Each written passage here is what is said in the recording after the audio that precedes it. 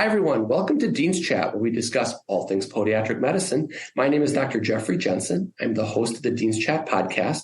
I'm the dean at the Arizona College of Podiatric Medicine, and I'm also the chair of the American Association of Colleges of Podiatric Medicine, which for the rest of the discussion we'll call AACPM. Today, we're going to be discussing a familiar topic to all in podiatric medicine, student recruitment. And specifically, we're going to discuss the Feet on the Street Student Recruitment Initiative that is sponsored by the AACPM. My guests today are no strangers to Dean's Chat.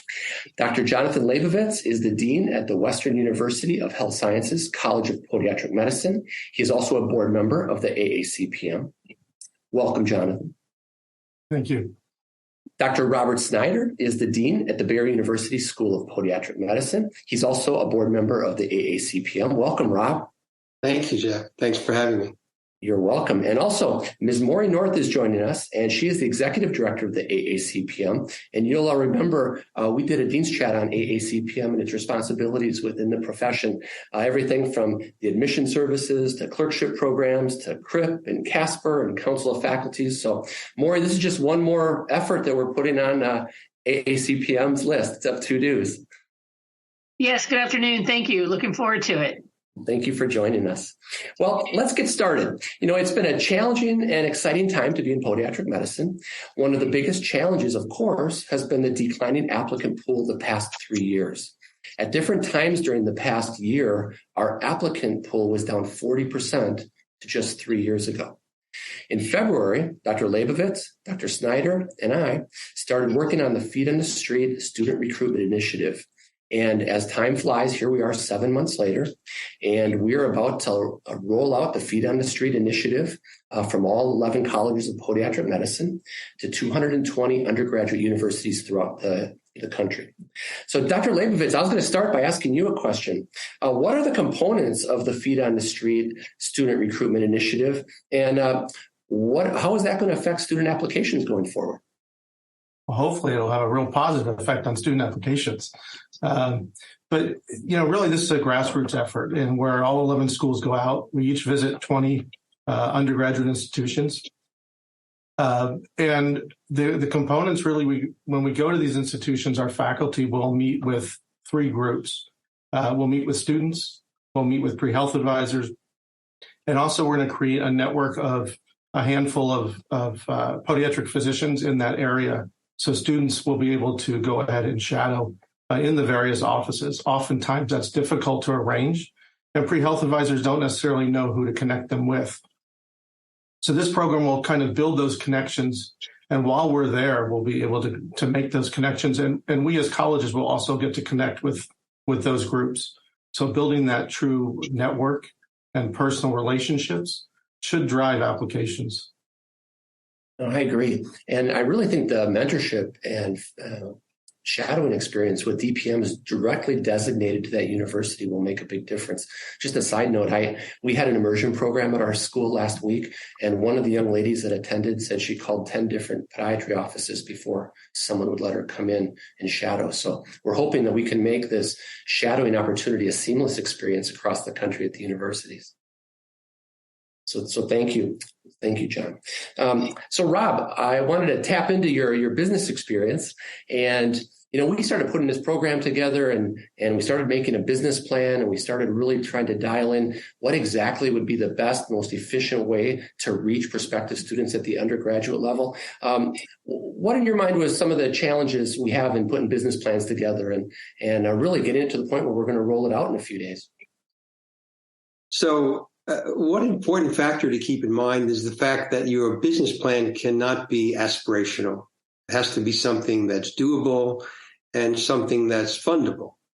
Obviously, we need resources in order for this to actually occur. Certainly, you need a business plan first and foremost. You really can't move forward. It's kind of the contract that you're creating between yourself and those individuals that are going to be involved.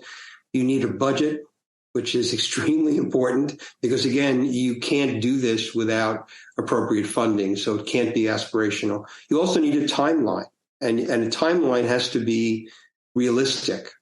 So you can't plan for something in the short term that's not going to pan out in the long term. So a timeline is extraordinarily important. Again, to reiterate, the plan has to be doable. What tends to happen with businesses in general, particularly when you're dealing with doctors and not business people, is there's a lot of thought behind what they hope will happen, but it's not realistic. So I think you have to have realistic goals in creating the business plan. No, that's a good point. And I think, once, we were all working on the business plan, and I think on my computer, I had 41 iterations of it as, we were going back and forth and back and forth.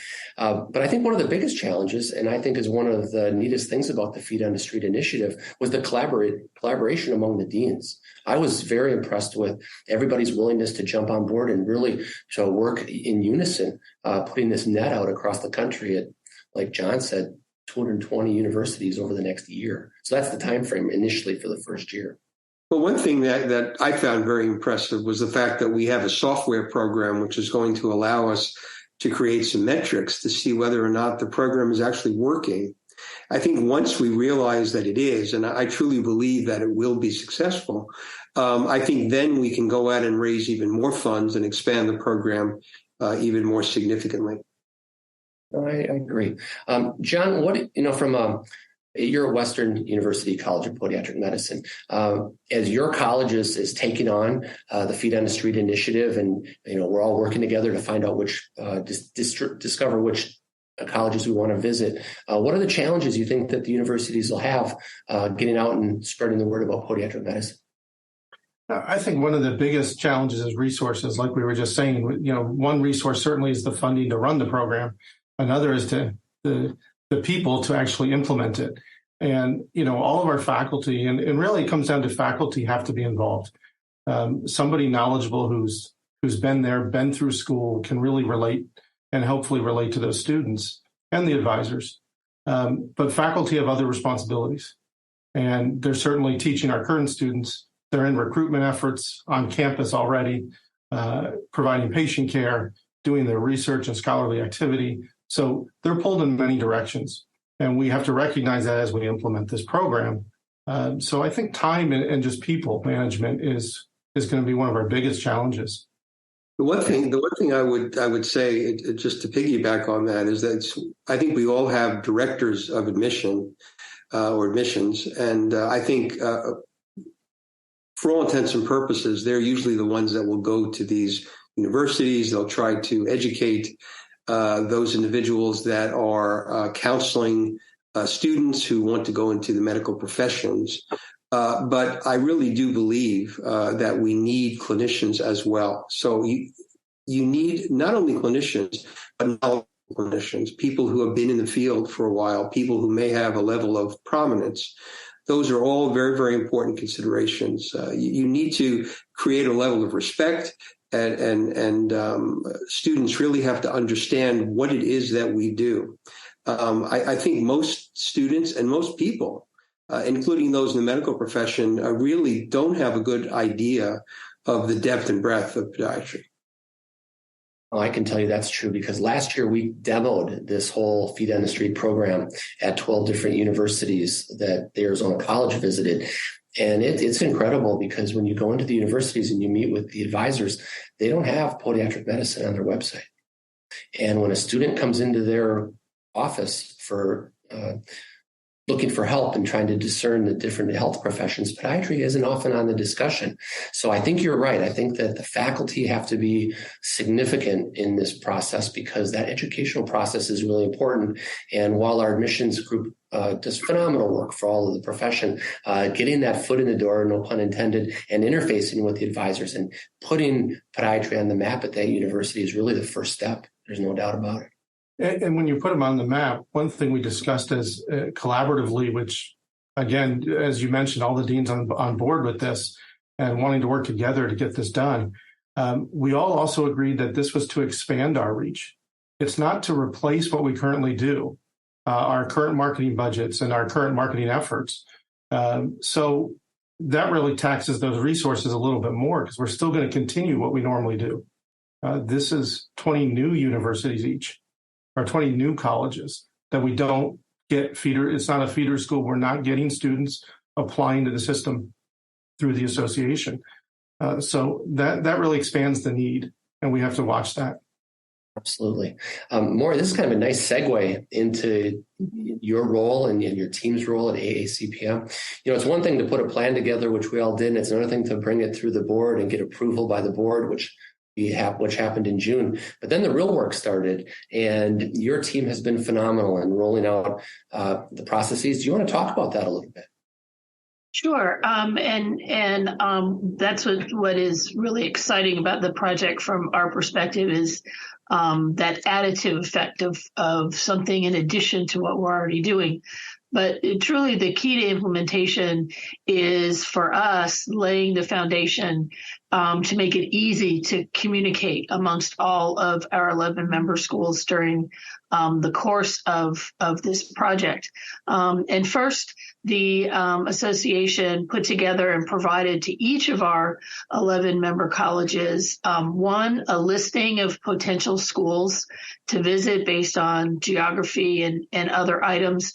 We cross-referenced current feeder schools because we all know who is sending students already to our colleges, both at a national level and of course, institutionally.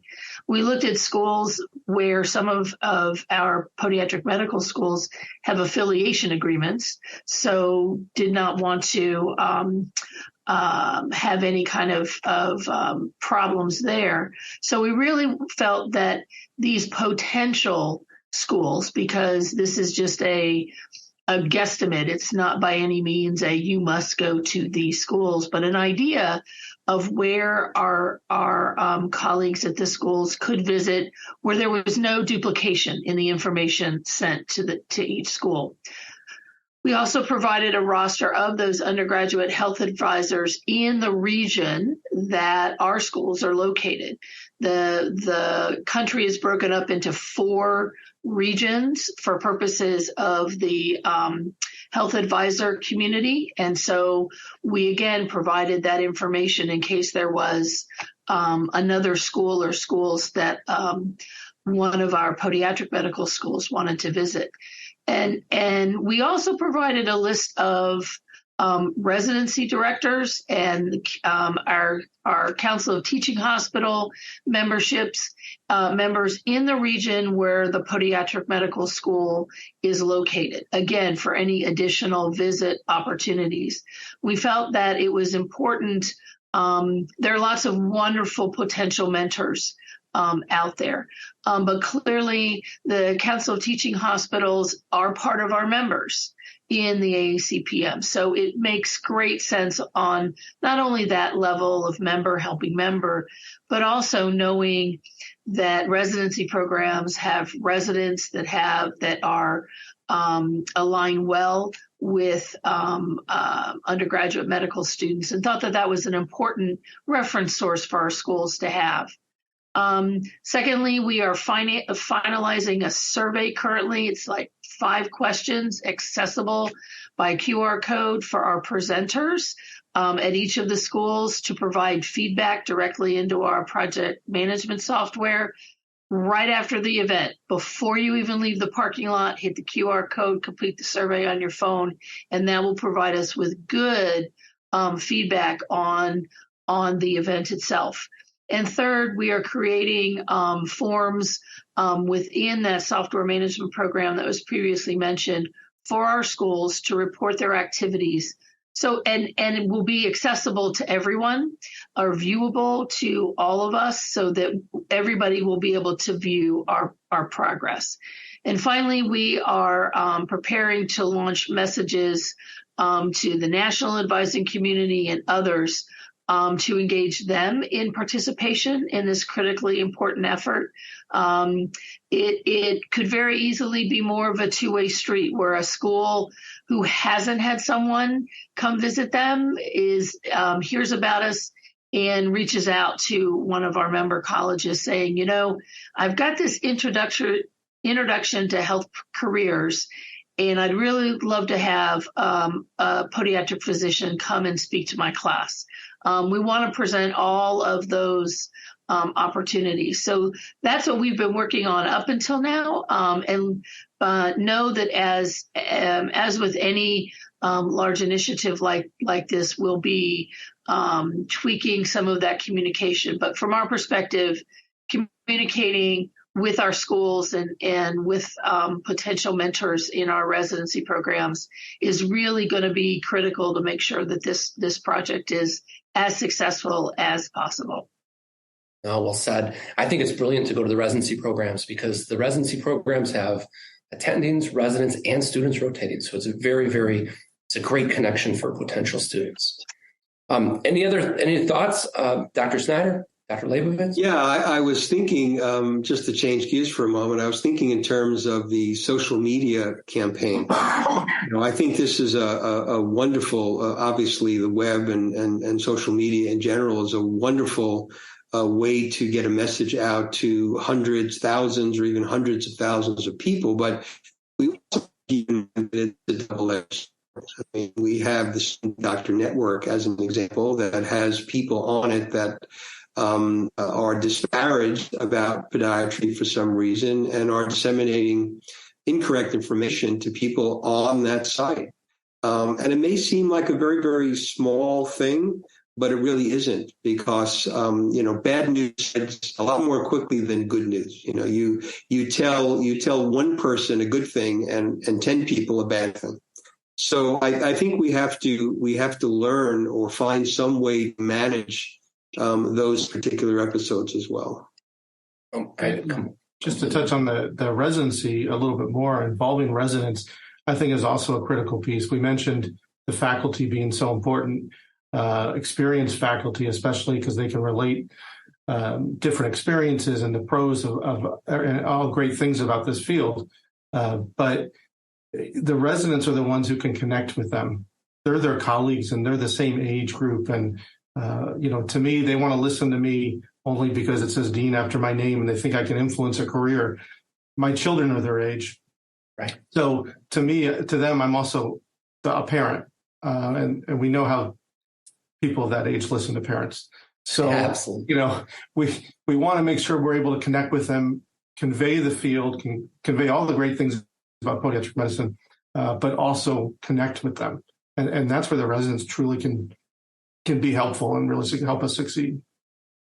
That's fabulous. Mori, I speak for all the deans, and we are so appreciative that you put that list together for us. That may be good ends, but we're also giving the schools lots of leeway, right? Like local knowledge. They've got their own connections. There's certain schools that they know they're going to get their students from.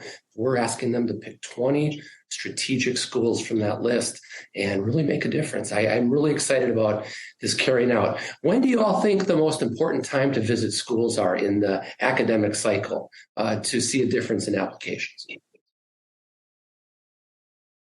That's a tough one, and I'll tell you why. Once students begin in earnest, particularly in science major programs, they're very, very busy. And during the holiday time, they're not there. So I think we just have to think in terms of going there when we can. I think we need to speak directly to those individuals, just to reiterate, that are counseling the students. I think it's important for us to meet the students whenever possible. So we want them to be on campus versus going there when they're not.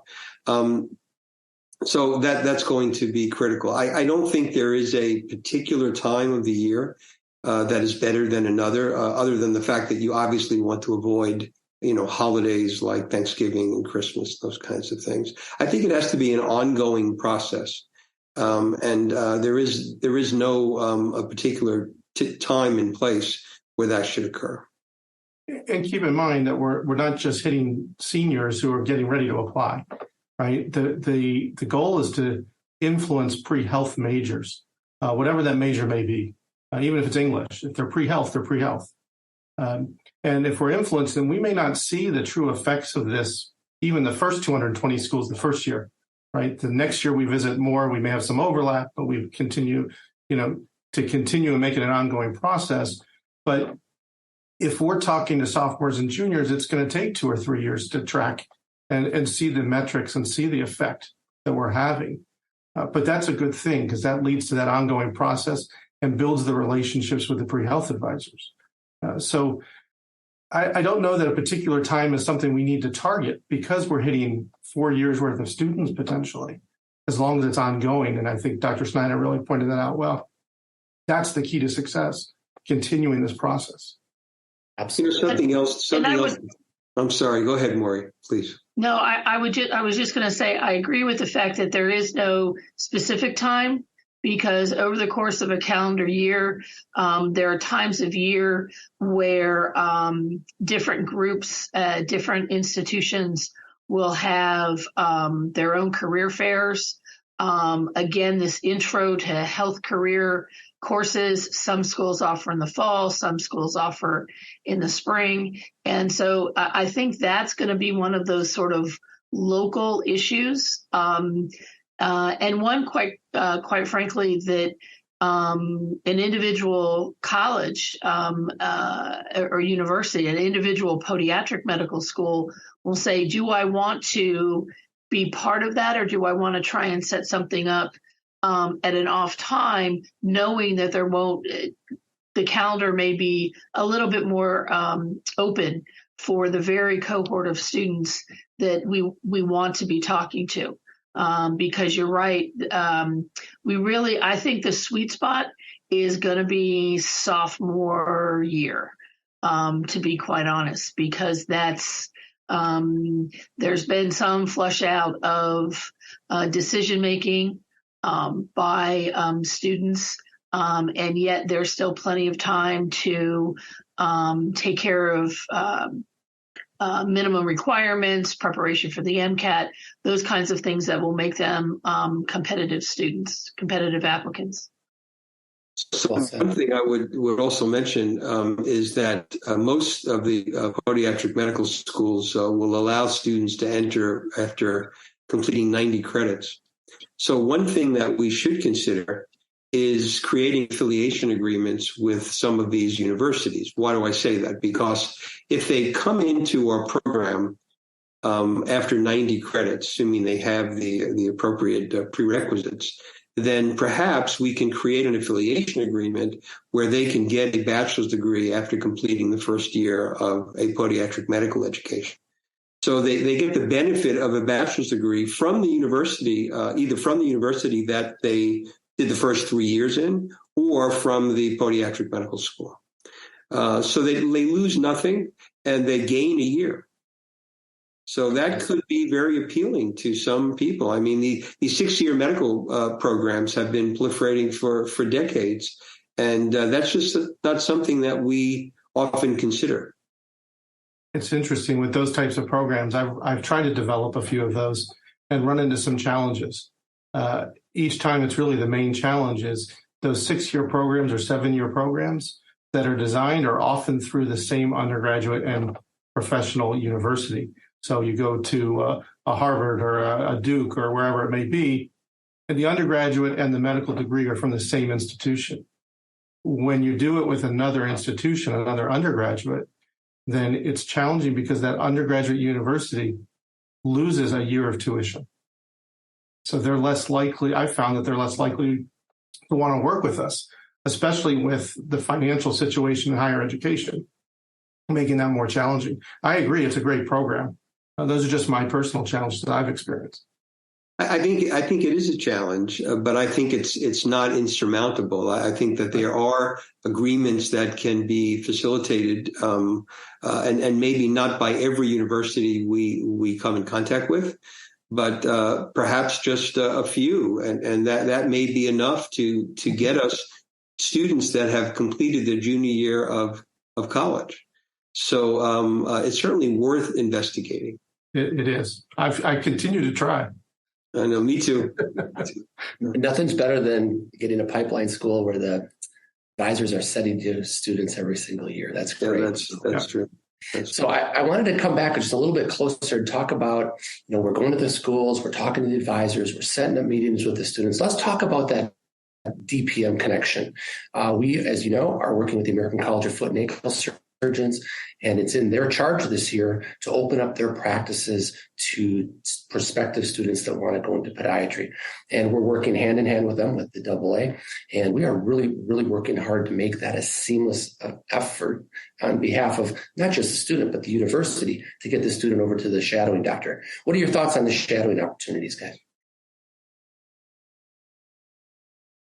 I think it's critical. I think that, we've heard it time and time again from APMA, our national organization, and our state organizations, and anecdotes from our colleagues that when a student comes into the office and they shadow, then they're convinced, they're sold. This is the field for them. They want to become a podiatrist. So we need to make sure that the door is open and as many people who want to shadow can.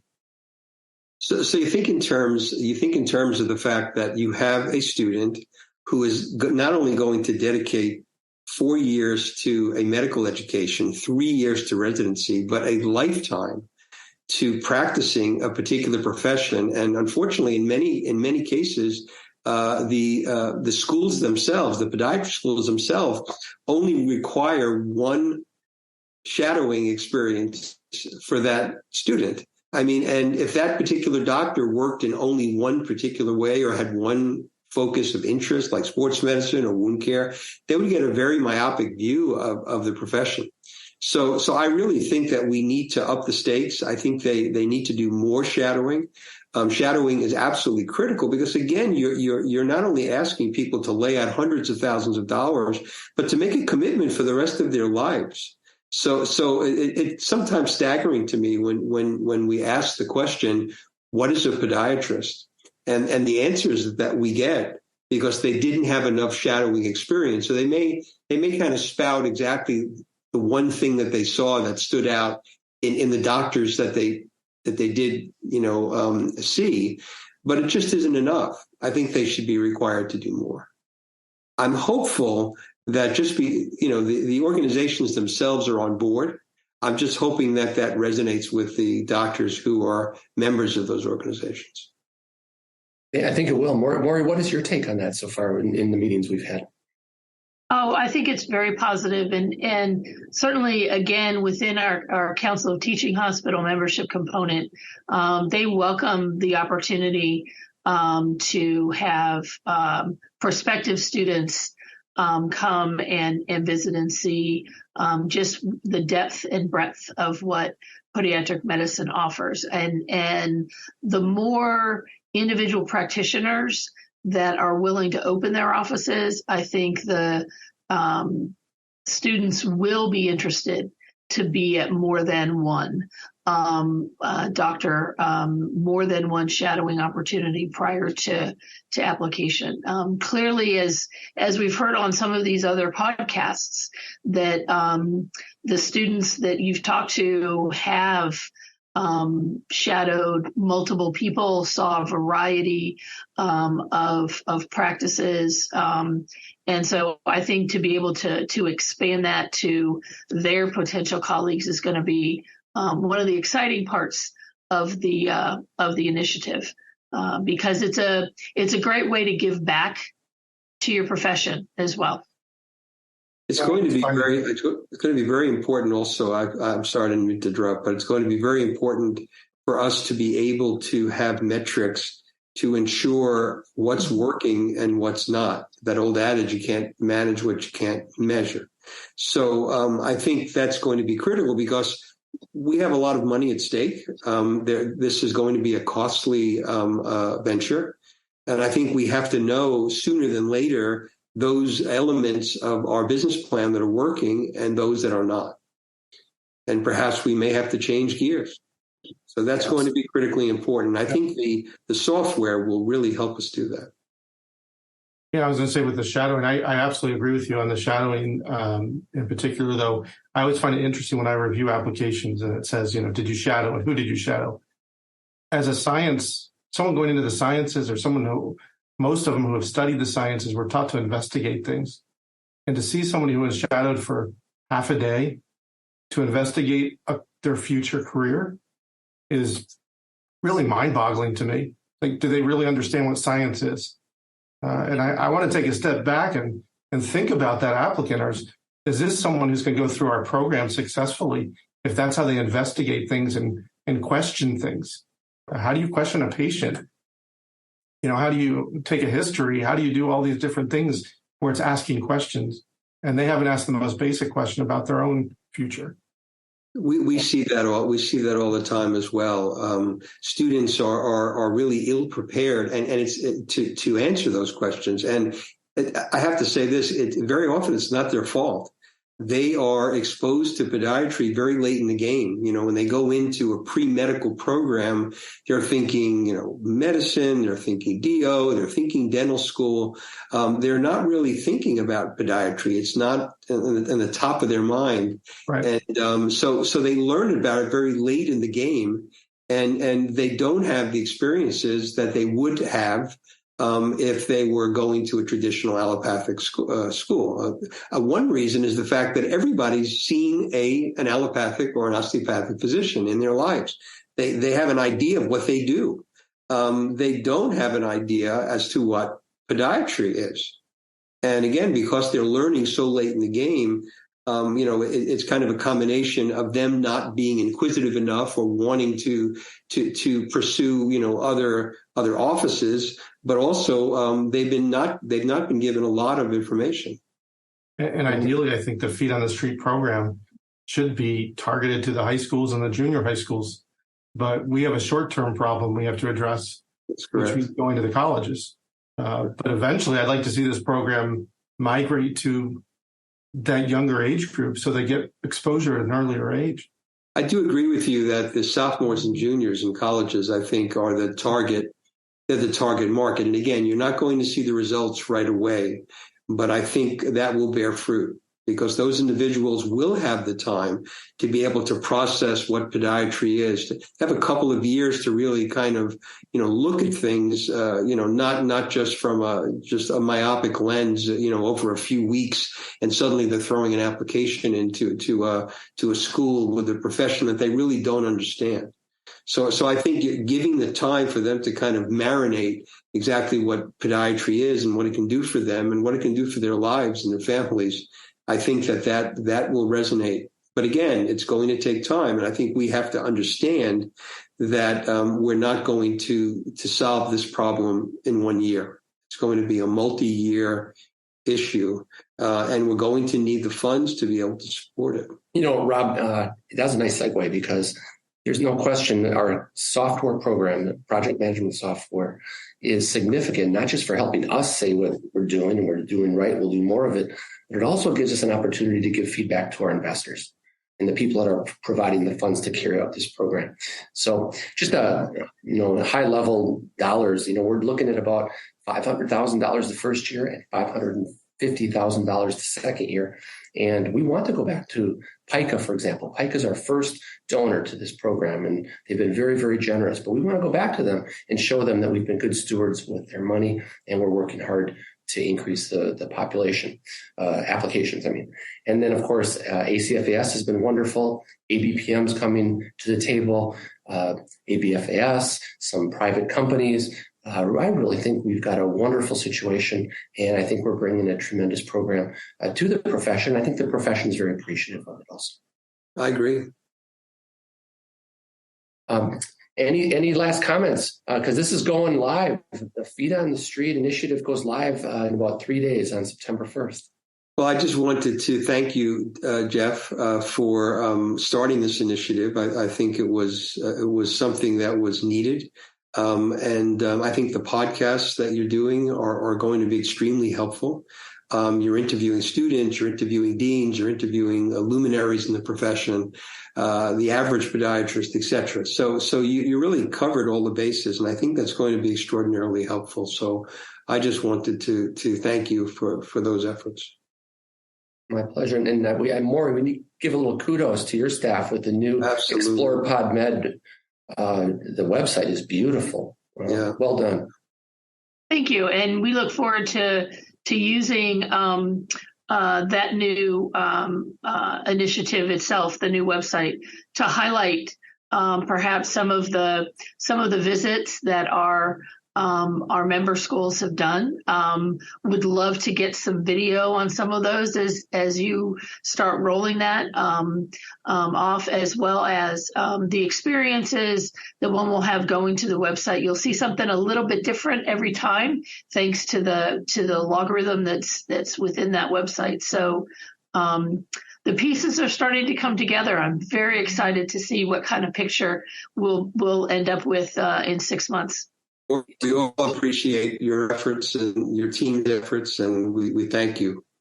Absolutely. And I think the biggest thing, yes, Jeff, thank you for kind of spearheading this effort and Mori from the association, but also just all of the deans. Really, the collaboration has been remarkable. I'm probably one of the newer deans, but in general, having been with council of faculties and other things for, I don't know, about 15 years or so, this is the most collaborative I've seen the group. And we're all kind of getting together over this issue to show and that really shows the importance of it. So I really appreciate all of that, the collaboration and effort working together. Excellent point. Well said. Well, we're running out of time, and I wanted just to thank you for, in the middle of the day, jumping on the Dean's Chat and talking about the Feet on the Street initiative. Certainly appreciate your great leadership on the board. And also, Mori, thank you so much for all you do as the executive director. A lot of things happen in the background within the profession, and people scratch their head and they say, I wonder how that happened. It's usually because of the AA. So thank you so much. Absolutely. All right, everyone. To all of our listeners out there, thank you so much for joining us today. If you are listening on Apple Podcasts or Spotify or Google Podcasts, please give us a 5-star rating. If you are on YouTube, please become a subscriber. And I know all of you are veterans and have a Dean's Chat cup, but it's always worth it to have 2. So we'll send you some more. I love it, Mori. Cheers. Goodbye, everybody. Bye. Thank you very much. Thanks to all.